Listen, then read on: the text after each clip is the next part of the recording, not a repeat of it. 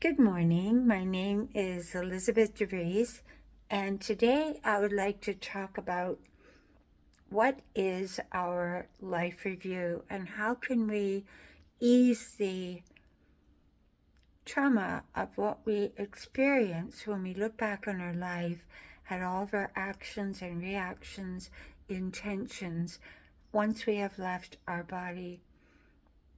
The first thing I want to tell you is that a lot of what we look at, if we did not intentionally mean to hurt somebody, if we took a stage of our life where we were inconsiderate or desperate or felt very vulnerable and we're in a reactive state, we will look at how our actions affected others, but we will not judge ourselves as having a malevolent intention.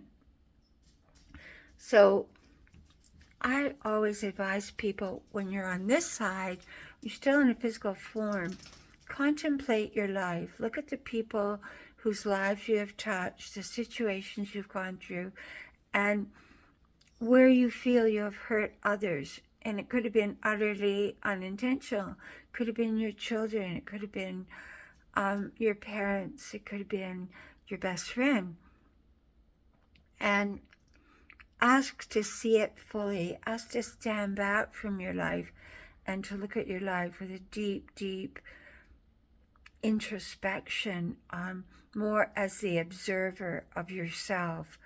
And then go to that person if they're still in physical form, or call them or write them and apologize for what you did if you feel badly about it, if you feel you were really out of line. Or if they're out of body, if they've already crossed, you can take their photograph, you could speak to their photograph and say, I'm just so sorry. Now that I'm older, I see how what I did affected you, and I never considered the other side of what was going on. I was always feeling I was in the right and that what I was doing was justified, but it wasn't. And please forgive me. I love you, and thank you for being in my life as my teacher. When we cross to the other side and we look at our actions, say we hurt somebody badly, but we didn't have an intention to, but what we will experience is how they felt by our actions.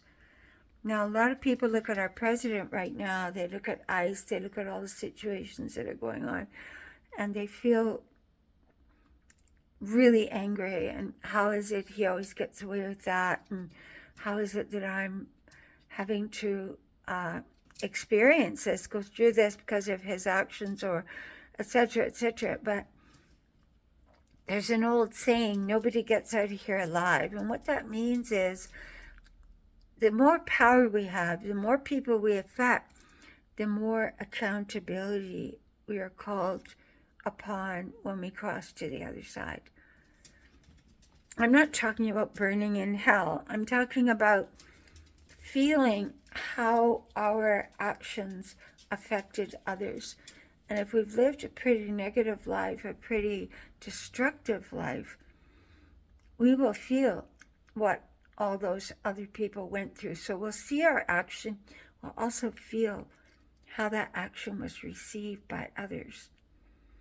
So rather than pointing the finger at someone else and cursing that person, pray for that person to receive illumination, to understand what true mercy really is, to ask that they grow in wisdom. As do I daily pray for myself that way, that I grow in wisdom, that I grow in my capacity to understand the unity of all of life. And the more accountable we are to ourselves and our own action and the changing of negative actions, the more we self-purify. And the more we self-purify, the more light we can carry. The more light we can carry, the more beauty we bring to this world, the more translucent we become, the more we self-purify, the more our soul is embodying in our form. Isn't that a wonderful thought? Isn't it worth that? This is why being solitary and reflecting and contemplating each day on our actions, and not just contemplating, but making changes, is so, so important before we leave form. This is why I feel so blessed to have lived as long as I have. There's an old saying, only the good die young. I'm still here. So I've had a lot of opportunity and time alone in my garden with my creatures to really see where I need to change myself and where I need to have accountability for all the things I did prior to today. Not in a way of self-recrimination and beating up on myself, but more saying, for example, I remember when I was young, a very elderly lady gave me some money because she said, you're raising all these children, your husband's crippled, I want to give you a little money. And she gave me that money. And I said, well, when I have money, I will pay you back, because this was a very kind act that you just gave to me. And as it turned out, she died a year later and I had no opportunity. So how do we make that balanced? How do we bring retribution? I took money and I tried to help other old ladies, older people that had nothing. So there's always a way to bring things back into balance. And also, I got out her photograph and thanked her from the depths of my heart and said, you know, that was just the most beautiful thing you could have done. You hardly knew me and you came forward and helped me like that. We need to remember the people that have helped us in this life and pass it forward. Thank you, and may God be with you. If you like this video, please